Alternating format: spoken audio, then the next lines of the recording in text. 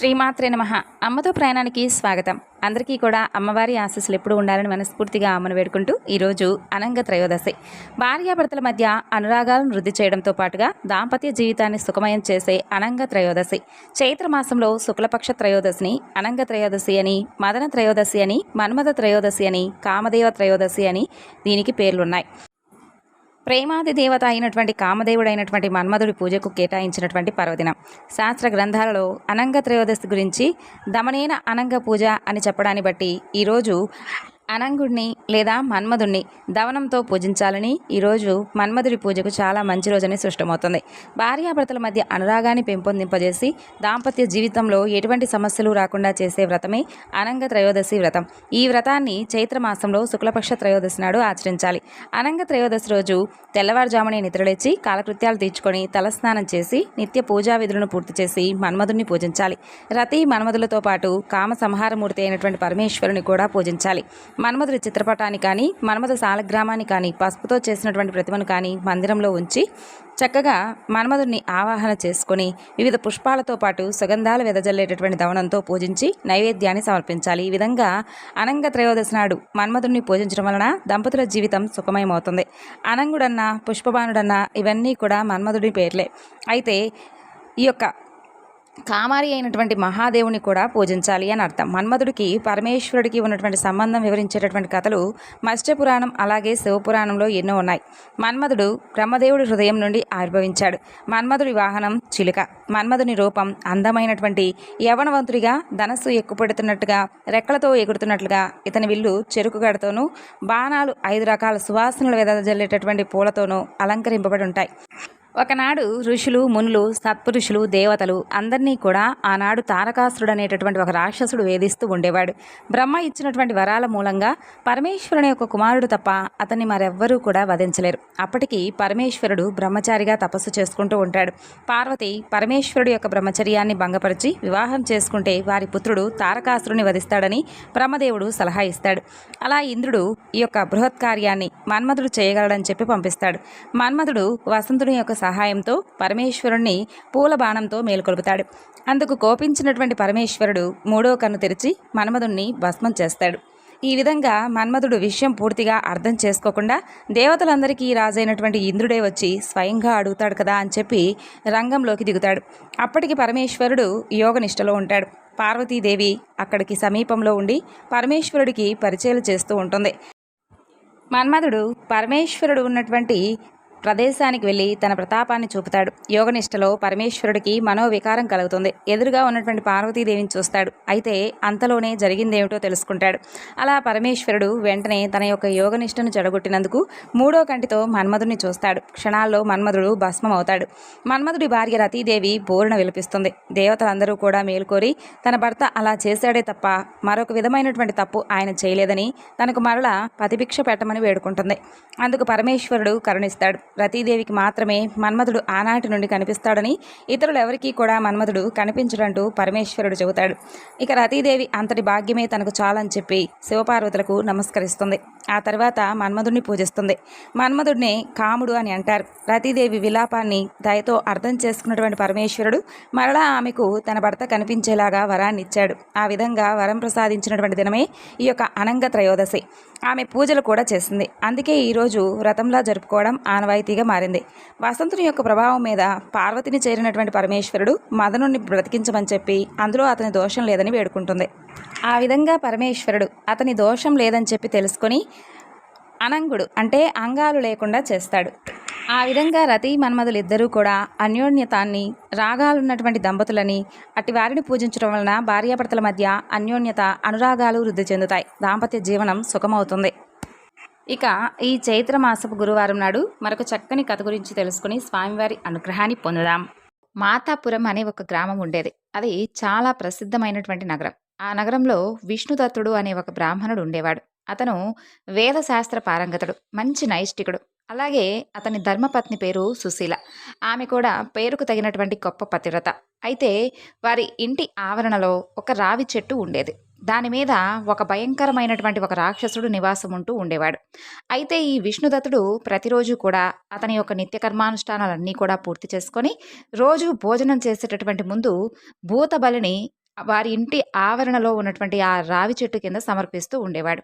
అలా రోజు విష్ణుదత్తుడు చేసేటటువంటి ఆ యొక్క భూతబలిని ఆ చెట్టుపై ఉన్నటువంటి రాక్షసుడు ఒక కాకి రూపంలో వచ్చి తింటూ ఉండేవాడు. అలా రోజు విష్ణుదత్తుడు వేసేటటువంటి ఆ భూతబలి తింటూ ఉండడం వలన ఆ యొక్క బ్రహ్మ రాక్షసుడిలో తమో గుణం నశించి సాత్విక చింతన బయలుదేరుతుంది. అలా ఒక రోజున ఆ రాక్షసుడికి ఒక మంచి బుద్ధి పుడుతుంది. ఎంతో కాలంగా వీరు నాకు తిండి పెడుతూ ఉన్నారు. ఇతనికి ఏదైనా కానీ మంచి ఉపకారం చెయ్యాలి అనేటటువంటి తలంపుతో విష్ణుదత్తుడు ఎదుట ప్రసన్నమైనటువంటి రూపంతో ప్రత్యక్షమై ఇలా అంటాడు.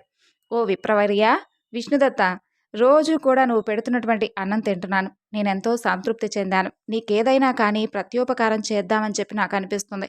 ఏదైనా కానీ చేయగలిగినటువంటి సమర్థుణ్ణి. కాబట్టి ఏం ఉపకారం చేయమంటావో నీకు చెప్పు అని అడుగుతాడు.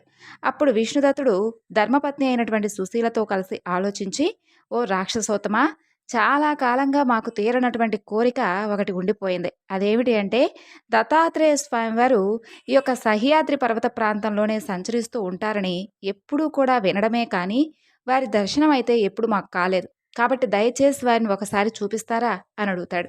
అప్పుడు ఆ రాక్షసుడు, చాలా మంచిగా కోరావు, తప్పకుండా చూపిస్తాను. అయితే ఒక షరతు. అదేమిటంటే, దత్తస్వామిని అల్లంత దూరం నుండి నీకు 3 సార్లు చూపించేటటువంటి ప్రయత్నం చేస్తా. ఆయన చిత్ర విచిత్రమైనటువంటి రూపాల్లో సంచరిస్తూ ఉంటారు. గుర్తించగలిగి నీవు ఆయన్ను పట్టుకోగలిగితే అది నీ అదృష్టం. ఈ షరతుకు విష్ణుదత్తుడు కూడా అంగీకరిస్తాడు. అయితే సిద్ధంగా ఉండు అంటాడు రాక్షసుడు. అలా స్వామివారు ఆ చుట్టుపక్కలలో తిరుగుతూ ఉన్నప్పుడు హఠాత్తుగా ఆ రాక్షసుడు ఒకసారిగా ప్రత్యక్షమవుతాడు. రారా అంటూ విష్ణుదత్తుని పిలుస్తాడు. పాపం విష్ణుదత్తుడు పడుతూ లేస్తూ వెళ్తాడు.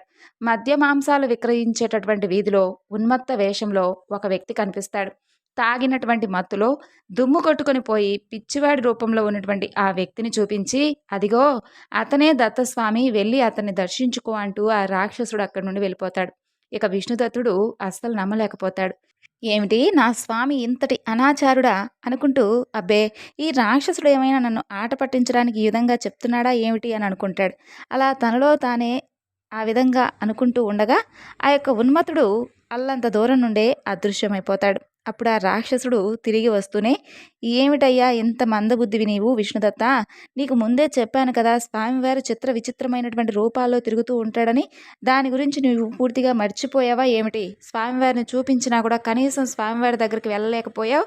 బంగారం లాంటి అవకాశాన్ని జారవిడుచుకున్నావు. పోనీలే, బాధపడవద్దు. మరొకసారి నీకు అవకాశం ఇస్తున్నాను. ఈసారైనా స్వామివారిని గుర్తించు అంటూ మరొక రోజున మరింత హడావిడిగా వస్తాడు రాక్షసుడు. విష్ణుదత్త, రావయ్యా, మహాదేవుడు ఇదిగో ఇక్కడే దగ్గరలో సంచరిస్తూ ఉన్నాడని చెబుతాడు. విష్ణుదత్తుడు వెంటనే బయలుదేరతాడు. అది చూస్తే శ్మశానం. ఆ శ్మశాన వాటికలో దుమ్ము కొట్టుకొని పోయి ఉన్నటువంటి ఒక మనిషి కనిపిస్తాడు. అతని చుట్టూ కూడా కుక్కలు గుమికూడి తిరుగుతూ ఉంటాయి. అతని చేతిలో కపాలం ఉంటుంది. కళ్ళు చూస్తే ఎర్రగా చింత నిప్పుల్లా ఉంటాయి. ఎముకలను శరీరం నిండా కూడా ఆభరణాలుగా ధరించుంటాడు. ఇక స్వామికి ఇదేమైనా మరొక రూపమేమో అని చెప్పి అనుకుని విష్ణుదత్తుడు దగ్గరకు చేరుకోపోతాడు. ఆ పెద్ద మనిషి కస్సుమంటాడు. అందుబాటులో ఉన్నటువంటి ఒక పొడవాటి ఎముక ముఖం తీసుకుని విష్ణుదత్తుని కొడతాడు. విష్ణుదత్తుడు విపరీతంగా భయపడిపోతాడు. కాళ్లల్లో వణుకు పుడుతుంది. కళ్ళు తిరుగుతాయి. పడిపోబోయి అలా నిలదొగ్గుకుంటాడు. బ్రతికుంటే బలుసాకు తినైనా బ్రతకొచ్చులే అని చెప్పి అనుకొని వెనక్కి తిరిగి చూడకుండా పరుగు లంఘించుకుంటాడు. దూరం నుండే ఆ రాక్షసుడు ఇదంతా చూస్తూ ఉంటాడు.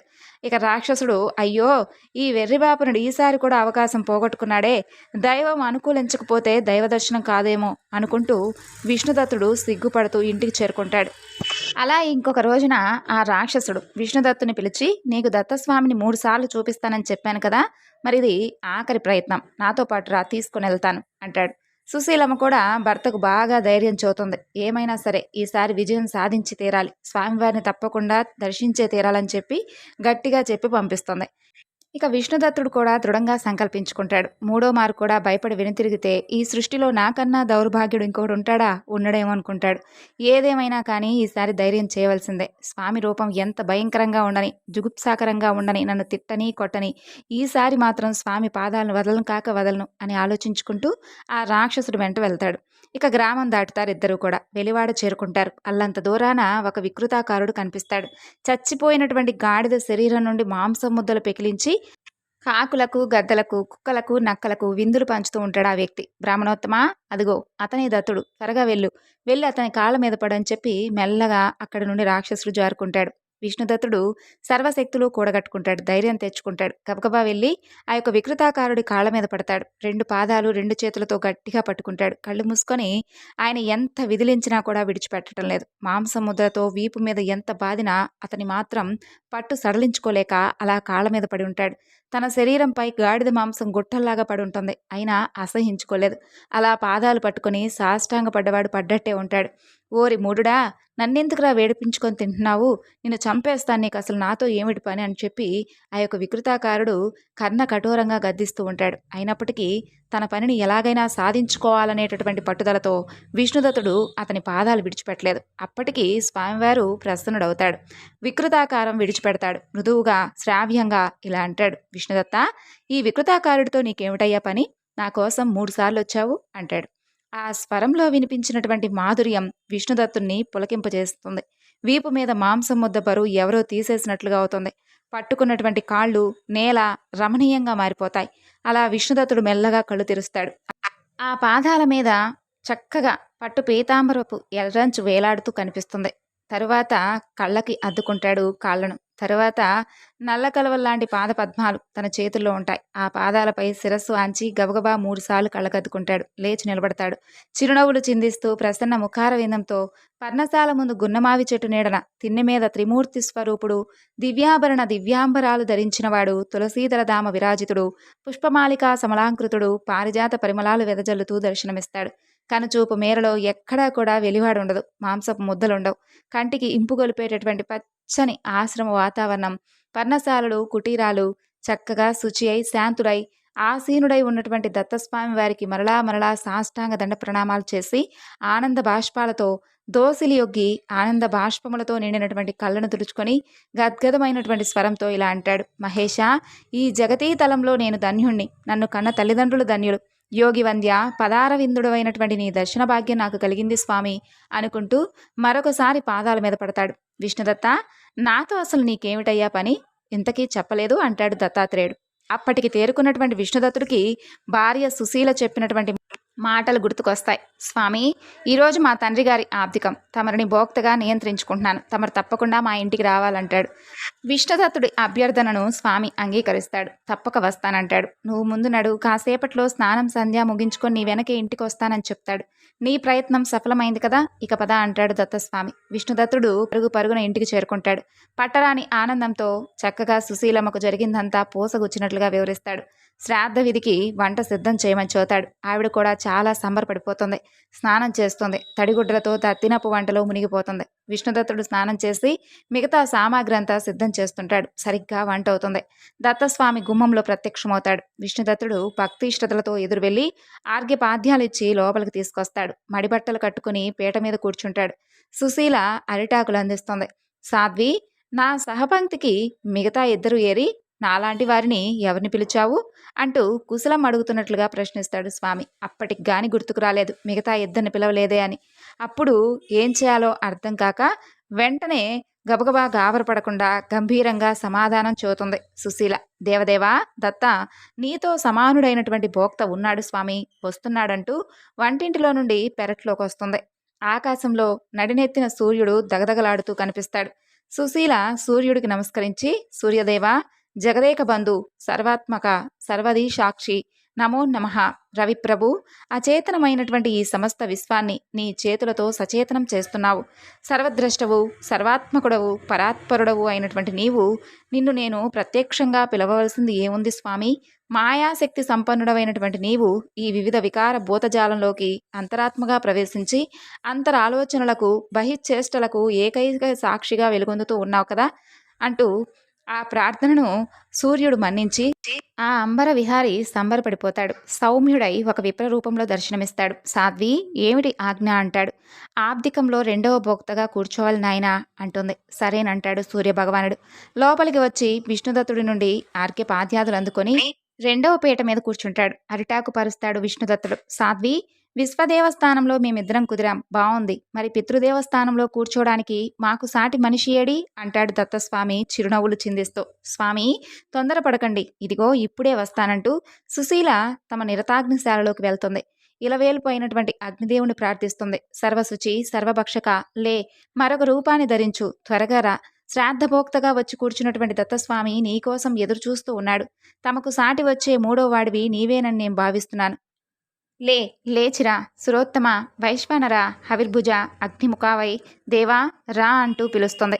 ఇక వెంటనే అక్కడి నుండి అగ్నిదేవుడు వస్తాడు. అగ్నిగుండం నుండి ఒక వంశతో అగ్నిదేవుడు ఆవిర్భవిస్తాడు. మరొక అంశంతో కుండంలోనే ఉంటాడు అగ్నిదేవుడు. ఆ వచ్చినటువంటి అగ్నిదేవుడికి కూడా అర్ఘ్యపాద్యాదు సమర్పిస్తాడు విష్ణుదత్తుడు. సరాసరి పీట మీదకెళ్ళి కూర్చుంటాడు. అరిటాకు సిద్ధం చేస్తాడు విష్ణుదత్తుడు. ఆ యొక్క పాతివ్రత్య మహత్యాన్ని చూస్తున్నటువంటి దత్తస్వామి ఆనందంతో ఉప్పొంగిపోతాడు. సూర్యాగ్నుడు, దత్తదేవుడు ఆహుతులై ఆయా స్థానాల్లో కూర్చుంటే విష్ణుదత్తుడు పితృయజ్ఞాన్ని అపూర్వంగా నిర్వహిస్తాడు. ఇంతటి ఉత్తమమైనటువంటి విప్రుడు ఎవరికైనా ఎన్నడైనా దొరుకుతారా? ముగ్గురు కూడా చక్కగా ఆ యొక్క శ్రాద్ధ విధి నియమాలకు అనుగుణంగా చక్కగా సంతుష్టులై తృప్తాస్మ అంటూ ముక్త కంఠంతో పలుకుతారు. విష్ణుదత్తుడి యొక్క పితృపితామహ ప్రప్రితామహులకు అక్షయ పుణ్యలోక ప్రాప్తి కలగాలని ఆశీర్వదిస్తారు. సుశీల, విష్ణుదత్తులు స్వామివారిపై పడి సాష్టాంగపడతారు. లేచి అంజలిని ఘటించి శిరస్సు వంచి నిలబడతారు. అప్పుడు ఆనందంతో భక్తిష్ఠతలతో విష్ణుదత్తుడు దత్తాత్రేయుడిని అనేక విధాలుగా స్తుతిస్తాడు. బ్రాహ్మణోత్తమ, విష్ణుదత్త, నీకు పూర్తిగా నేను ప్రసన్నున్నయ్యాను. ఏదైనా వరం కోరుకో, నా భక్తుడవైనటువంటి నీ యొక్క వాంఛితాన్ని తీరుస్తాను. దివ్యమైనటువంటి నా యొక్క అష్టోత్తర శతనామావళిని నీవు ఏ విధంగా అయితే ప్రకాశింపజేశావో అది నాకు ఎంతో ఆనందింపచేసేలా ఉంది. సులభమైనటువంటి సుందర శైలిలో అందరికీ విన్నంతనే అర్థమయ్యేటటువంటి భాషలో నా తత్వాన్ని, నా రహస్యాన్ని ఆవిష్కరించావు. అతి పురాతనమైనటువంటి స్తోత్రాన్ని సమూహిత చిత్తంతో పఠించినటువంటి వ్యక్తిపై నాకు అత్యంత ప్రీతి ఏర్పడుతుంది. ఆ వ్యక్తికి యోగసిద్ధి కలుగుతుంది. నీ భార్య సుశీల గుణవంతురాలు, నిజంగా పతియే దైవంగా కలిగినది. ఆమె ప్రభావం ఎంతటితో ఈనాడు ప్రత్యక్షంగా చూశాను. ఈమె సమస్త కళ్యాణ గుణ సంపన్న. నీవు సర్వ విద్యానిధివి. మీ దంపతులిద్దరూ కూడా ఒకరికొకరు తగినవారు, సమానశీలురు, నాకు అత్యంతము ఆనందదాయకులు. దంపతులారా, నా అనుగ్రహం వల్ల మీరు జీవితాంతం సుఖ సంతోషాలను అనుభవిస్తూ యోగ విద్యా తత్పరులై పరమానందాన్ని పొందండి. చివరికి పరమానంద స్వరూపమైనటువంటి నాతో లీనమవ్వండి. విజవర్య, నీకొక మంత్రాన్ని ఉపదేశిస్తాను, స్వీకరించు. దీనివల్ల నీవు ఎవరినైతే అనుగ్రహించి ఆశీర్వదిస్తావో వారికి ఆరోగ్య ఐశ్వర్యాలు, ధనధాన్య యశస్వి సమర్థులు, పుత్ర పౌత్రాభివృద్ధి, వంశాభివృద్ధి ఒకటేమిటి, వారు కోరుకున్నవన్నీ కూడా క్షణంలో సిద్ధిస్తాయి. ఇందులో సందేహం లేదు. నీవు ఈరోజు నిర్వహించినటువంటి శ్రాద్ధ విధి వలన నీ పితృదేవతలందరూ కూడా కర్మపాస విముక్తులై శాశ్వతమైనటువంటి బ్రహ్మలోక నివాసం పొందారు. అత్యంత దుర్లభమైనటువంటి ముక్తిని వారికి ప్రసాదిస్తున్నాను. నీ ఇంటి ముంగిట రావి చెట్టు మీద ఉంటున్నటువంటి రాక్షసుడు నీకు మహోపకారం చేశాడు. నేటి శ్రాద్ధ విధిలో ఉచ్చిష్ట పాత్రాన్నాన్ని అతని చేత తినిపించు. అతను ముక్తుడవుతాడు, స్వర్గలోకం చేరుకుంటాడు. ఇలా పలికి దేవదేవుడు ఆ విష్ణుదత్తుని చెవిలో దివ్య మంత్రాన్ని ఉపదేశిస్తాడు. అతను దాన్ని తన భార్యకు ఉపదేశిస్తాడు. ఇద్దరూ కూడా ఏకాగ్ర చిత్తంతో జపిస్తారు. దత్తదేవుడు తన అమృత హస్తాన్ని వారి శిరస్సులపై ఉంచి ఆశీర్వదించి మెరుపు తీగలాగా అదృశ్యుడవుతాడు. ఇక సూర్య భగవానుడు కూడా ఎంతో సంతోషించి ప్రసన్నుడై ఆ దంపతులకు దివ్య స్థితిని అనుగ్రహిస్తాడు. కామాగమనం కలిగినటువంటి దివ్య విమానాన్ని వారికి బహుకరించిస్తాడు. తలుచుకున్న వెంటనే దర్శనమిస్తానని, వరాన్ని అనుగ్రహాన్ని కురిపిస్తానని చెబుతాడు. ఇక ఆ దంపతులిద్దరూ కూడా సాష్టాంగపడతారు. కర్మసాక్షి అయినటువంటి సూర్య భగవానుడు వినువీధికి చేరుకుంటాడు. ఇక ఇలవేల్పైనటువంటి అగ్నిదేవుడు కూడా దంపతులకు వరాలను అనుగ్రహిస్తాడు. అమ్మా, నువ్వు ఎప్పుడైతే తలుచుకుంటావో అప్పుడు నీ ఎదుట నేను ప్రత్యక్షమవుతాను. నువ్వు ఏది కోరితే అది నెరవేరుస్తాను. విష్ణుదత్త, నీవు నన్ను నిత్యం కూడా యథావిధిగా ఆరాధిస్తున్నావు కాబట్టి నీకు కర్మసిద్ధిని అనుగ్రహిస్తున్నాను. నీవు మహా తేజస్వివి, నిత్య సుఖివి, అలాగే సర్వదేహ సుఖప్రదుడవవుగాక అని దీవించి అగ్నిదేవుడు తన యాగకుండంలోకి ప్రవేశిస్తాడు. ఇక రాక్షసుడు వచ్చి ఆ యొక్క ఉచ్చిష్టానాన్ని భక్తితో భుజించి తన యొక్క రాక్షస రూపాన్ని విడిచిపెట్టి దివ్యమైనటువంటి సుందర దేవతామూర్తిగా మారిపోయి దివ్య విమానాన్ని ఎక్కి విష్ణుదత్తుడికి ప్రీతితో వీడ్కోలు పలుకుతూ స్వర్గలోకానికి వెళ్ళిపోతాడు. అయితే విష్ణుదత్తుడు దత్తాత్రేయ స్వామివారు అనుగ్రహించినటువంటి ఆ యొక్క మంత్రోపాసన వలన అతను ఎప్పుడూ కూడా తన యొక్క స్వార్థం కోసం ఏమాత్రం ఎప్పుడు ఏ పని కూడా చేసుకోలేదు. ఒకనాడు సహ్యాద్రి పర్వతానికి ఉత్తర దిక్కున ఒక గ్రామం ఉండేది. ఆ ఊరిలో కుండిలుడు అనేటటువంటి ఒక బ్రాహ్మణుడు ఉండేవాడు. అతని భార్య పేరు విశాలాక్షి. అప్సరసలను తలపించేటటువంటి సౌందర్యం ఆమెది. రూపానికి తగినటువంటి గుణరాలు. సౌశల్యానికి అణకువకు పెట్టింది పేరుగా కాపురానికొచ్చిన దగ్గర నుండి ఇరుగు పొరుగు వారితో చక్కగా అవుననిపించుకుంటూ ఉండేది. వివాహమయ్యి 5 ఏళ్లు గడిచినా వారికి సంతానం లేదు. ఎన్నో నోములు, వ్రతాలు, పూజలు చేస్తుంటారు కానీ భగవంతుడు వారిని అనుగ్రహించలేదు. అలా భార్యాభర్తలిద్దరూ కూడా అన్యోన్యంగా కాలం గడుపుతూ ఉంటారు. అలా ఉండగా ఒకనాడు కుండిలుడు పొరుగురు వెళ్ళవలసినటువంటి పని వస్తుంది. తప్పనిసరిగా వెళ్ళక తప్పలేదు. వెళ్ళడానికి అక్కడుండి పని చూసుకొని తిరిగి రావడానికి నెలాళ్లు పడుతుందని, అందాక భార్యకు ఇంట్లో కావలసినటువంటి సరుకులు సిద్ధం చేసి ఇరుగు పొరుగు వారికి కాస్త జాగ్రత్తగా చూస్తూ ఉండమని చెప్పి విశాలాక్షికి ధైర్యం చెప్పి తాను దారిబత్తం మూటగట్టుకుని ఉదయాన్నే చల్లబాటు వేళ బయలుదేరి వెళ్తాడు. ఆ ప్రాంతంలో జుంటికుడు అనేటటువంటి ఒక మగ పిశాచం తిరుగుతూ ఉండేది. అయితే వాడు పూర్వజన్మలో బహుదుష్టుడు, దుర్లభుడు. కామాతురుడై అర్ధాంతరంగా చస్తాడు. పిశాచమవుతాడు. ఎంతటి మంత్రగాళ్లకు కూడా లొంగడం లేదు. అందగత్తె ఒంటరిగా కనిపిస్తే చాలు మోసం చేసి బలాత్కారం చేసి అనుభవించేవాడు. అలా వాడు తనకున్నటువంటి మాయాశక్తితో ఏ రూపం కావాల్సి వస్తే ఆ రూపం ధరిస్తూ ఉండేవాడు. అందువలన వీడు చేసేటటువంటి మోసాలన్నీ కూడా అయిపోయాక కానీ బయటపడేవి కావు. ఎందరెందరో గృహిణులు వీడు చేసినటువంటి మోసానికి లోపలే కుమిలిపోతూ ఉండేవారు. కొందరి సంసారాలైతే కూలిపోయాయి కూడా. ఇక వీడు చాలా కాలంగా విశాలాక్షి మీద కన్నేసి ఉంచాడు. ఒంటరిగా ఎప్పుడు దొరుకుతుందా అని కాపలా వేసి కూర్చుండేవాడు. అవకాశం వస్తుంది చంకలు కొట్టుకుంటాడు. అచ్చం ముమ్మూర్తులా రూపం మార్చుకుని కుండులిడిలా తయారయ్యి సాయంకాలం అయ్యేసరికి ఇంటికి వెళ్ళి తలుపు తడతాడు. విశాలాక్షి తలుపు తీసి ఆశ్చర్యపోతుంది. కాళ్ళు కడుక్కోవడానికి నీటిని అందించి నెల పడుతుందన్నారు కదా రావడానికి, పొద్దునే కదా వెళ్ళారు, సాయంకాలానికే తిరిగి వచ్చారేమిటి అంటుంది. తాను ఎవరిని కలుసుకోవడానికి బయలుదేరాడో అతనే దారిలో ఎదురయ్యాడని, ఇప్పుడు కాదు నీ పని అవ్వాలంటే ఒక నెల తర్వాత రమ్మన్నాడని చెప్పాడని చెప్పి, అందువలన అప్పుడు బయలుదేరి వెళ్తానని చెప్పి ఇప్పుడు వెనక్కి వచ్చేశానని ఏదో కథ అల్లి చెబుతాడు. ఇక పాపం విశాలాక్షి నమ్మేస్తుంది. అదృష్టం బాగుండి ఆయన ఎవరో దారిలో కలిశారు కాబట్టి సరిపోయింది. లేకపోతే ఎంత శ్రమో, మంచి పనే జరిగింది. స్నానానికి లేవండి, 2 మెతుకులు తిని విశ్రాంతి తీసుకుందరు గాని, పొద్దుటి నుండి నడిచి నడిచి అలసిపోయి ఉంటున్నట్టున్నారుగా అంటూ వంటింట్లోకి దారి తీస్తుంది. ఆ రాత్రి మాయా కుండిలుడు విశాలాక్షిని తనివి తీరా అనుభవిస్తాడు. ఆవిడ తట్టుకోలేకపోతుంది వీడి బలానికి.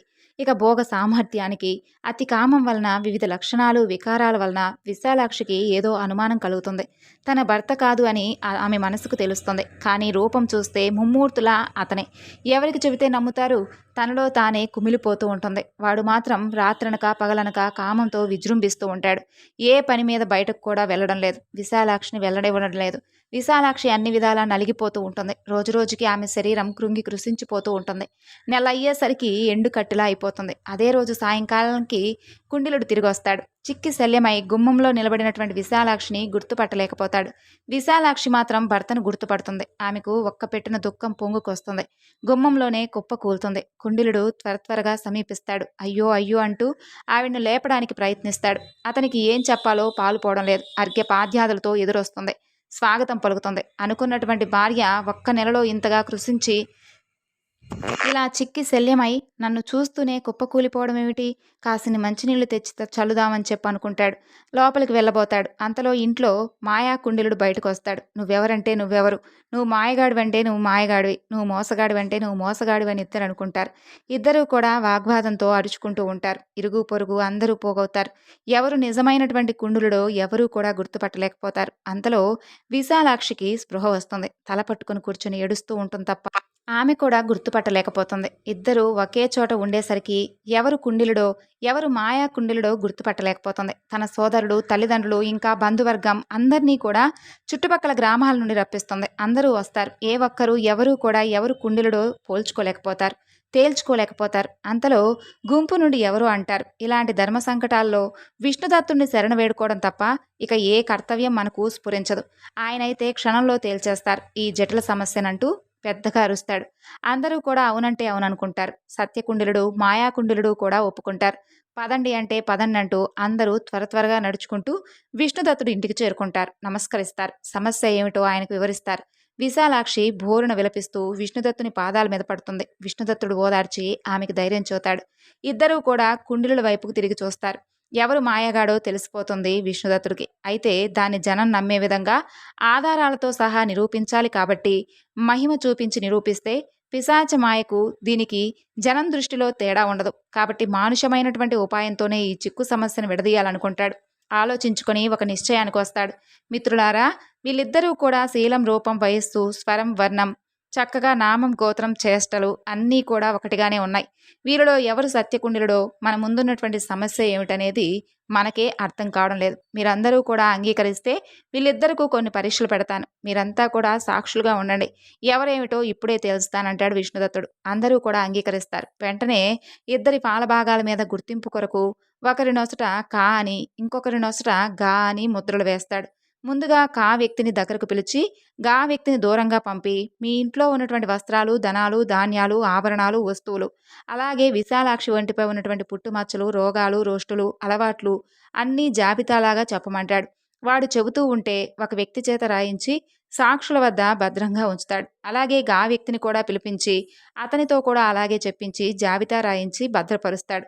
ఆ తర్వాత విశాలాక్షిని పిలిచి ఆమెతో ఇంట్లో ఉన్నటువంటి సామాగ్రి, తన పుట్టుమచ్చలు, మగడి పుట్టుమచ్చలు వగైరా అన్నీ రాయించి సాక్షులకు అందిస్తాడు.